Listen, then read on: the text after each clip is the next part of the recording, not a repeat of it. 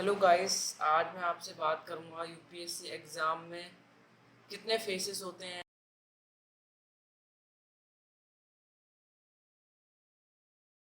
उनमें क्या क्या सिलेबस होता है, कितने पेपर्स होते हैं, उन सभी के बारे में आज मैं आपसे डिटेल में बात करूंगा। तो सबसे पहले हम समझेंगे या अंडरस्टैंड करेंगे civil services examination. Civil services examination क्या होता है? तो जैसा कि आप सभी लोगों को पता होगा, ये एग्ज़ाम हमारा 3 फेजेस में होता है। फेज़ 1 होता है हमारा प्रीलिम्स एग्ज़ाम, एंड फेज़ 2 होता है मेंस एग्ज़ाम, एंड थर्ड होता है हमारा इंटरव्यू, जिसे हम बोल सकते हैं पर्सनैलिटी टेस्ट।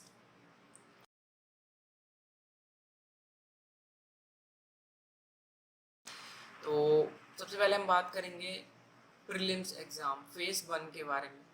तो फेज़ 1 जो होता है हमारा, वो एक दिन में ख़त्म हो जाता है। उसमें ज़ोरदार छटाई होती है, जैसा आप सभी लोगों को पता है।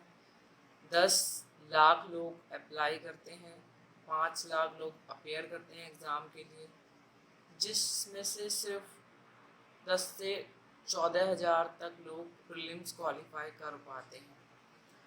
तो ओवरऑल वैसे इस एग्ज़ाम का जो सक्सेस रेट होता है वो होता है 0.2%, एंड प्रीलिम्स के बाद जो होता है वो होता है 2.4%।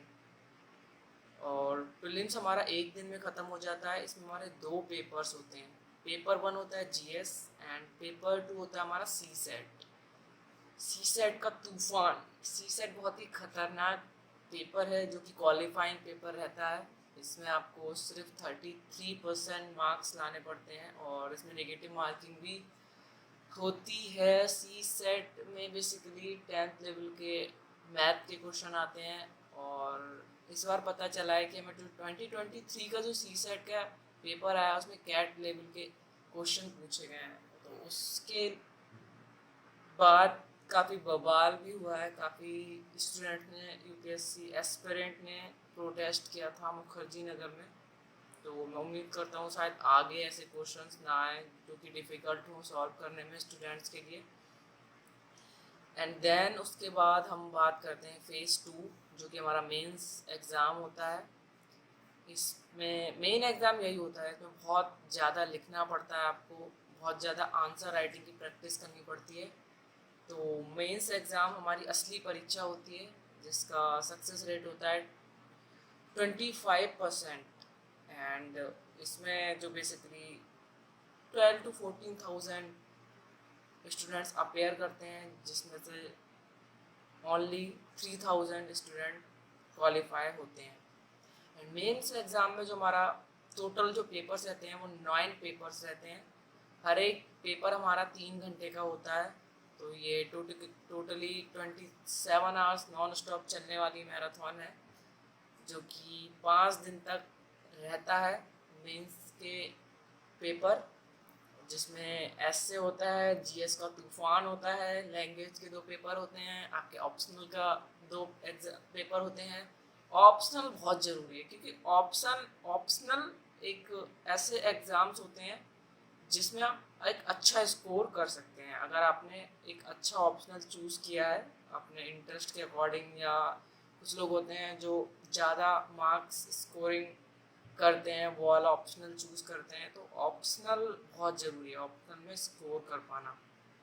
एंड जो मेंस का एग्ज़ाम होता है उसमें जो टाइम स्लॉट रहता है वो 4 नून में जो रहता है वो 9 to 12 रहता है, एंड आफ्टरनून में हमारा 2 PM to 5 PM तक रहता है।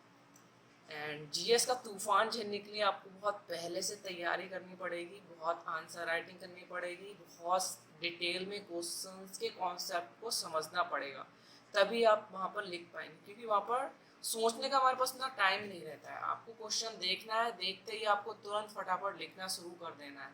वहाँ पर इतना टाइम नहीं रह पाता कि आप सोच पाएँ। एंड थर्ड आता है हमारा इंटरव्यू, जिसे हम पर्सनैलिटी टेस्ट भी कह सकते हैं। तो यहाँ तक पहुँचते पहुँचते हमारा जो सक्सेस रेट हो जाता है वो होता है 33% का, जिसमें अगर 3,000 एस्पिरेंट इंटरव्यू दे रहे हैं तो उसमें से हमें 800 to 1,000 चूज़ करने हैं। वो डिपेंड करता है कितनी वैकेंसीज हैं। एंड आफ्टर इंटरव्यू हमारा होता है medical test next day. And अगर आप जनरल कैटेगरी में हैं तो आपको अगर IAS IPS बनना है तो आपको जो रैंक लानी पड़ेगी वो 200 के अंडर अंडर लानी है if you want to an IAS officer and IPS officer. And अगर आप जनरल कैटेगरी के नहीं हैं, OBC SC के हैं, तो आप भाई 500 से ऊपर अगर रैंक पे आती है तो आप IAS IPS ऑफिसर बन सकते हैं। एंड जो पर्सनालिटी टेस्ट रहता है वो it is not knowledge. Knowledge तो आपकी मेंस एग्जाम में चेक हो चुकी है। अगर इंटरव्यू में आपको क्वेश्चन नहीं भी आता है तो आप इजीली कह सकते हैं I don't know this answer, sorry sir I don't know this question.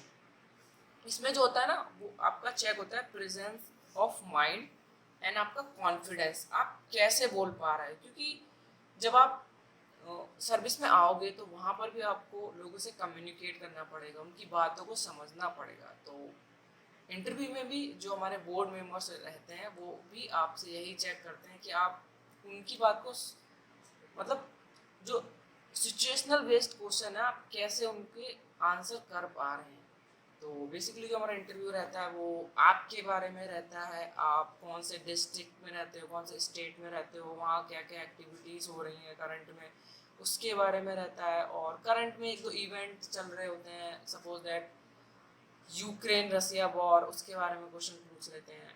And basically यही है जो हमारा इंटरव्यू रहता है।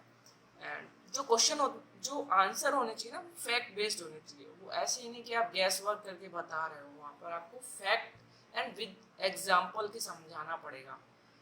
सपोज दैट अगर आप कोई डिस्ट्रिक्ट में रह रहा है, सपोज दैट आप जयपुर में रह रहे हो, तो अगर बोर्ड के मेंबर ने पूछा कि मुझे बताओ कि जयपुर में कौन सी ऐसी 5 जगह हैं जहाँ मैं घूमने जा सकता हूँ, जहाँ मैं एक्सप्लोर कर सकता हूँ नई नई चीज़ें, तो वहाँ पर आपको बहुत ही फास्ट आंसर करना है कि ये जगह है, इन जगह पे आपको ये फैसिलिटीज़ मिलती हैं, ये आपको जानने को मिलेगा।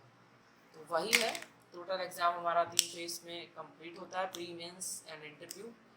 एंड जो ये टोटल जर्नी रहती है ये इजी नहीं है।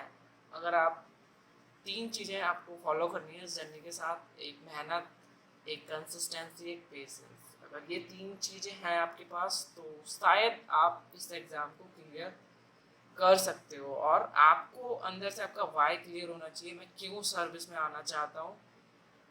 एंड आपको एक गिविंग एटीट्यूड होना चाहिए, I want to give something back to the society, मैं सोसाइटी के लिए कुछ करना चाहता हूँ। एक हेल्पिंग अगर आपके अंदर नेचर है तो शायद आप इस एग्ज़ाम को क्लियर कर लेंगे। एंड बेस्ट ऑफ लक, यही था आज का हमारा total concept about UPSC exam. Thank you so much. Bye.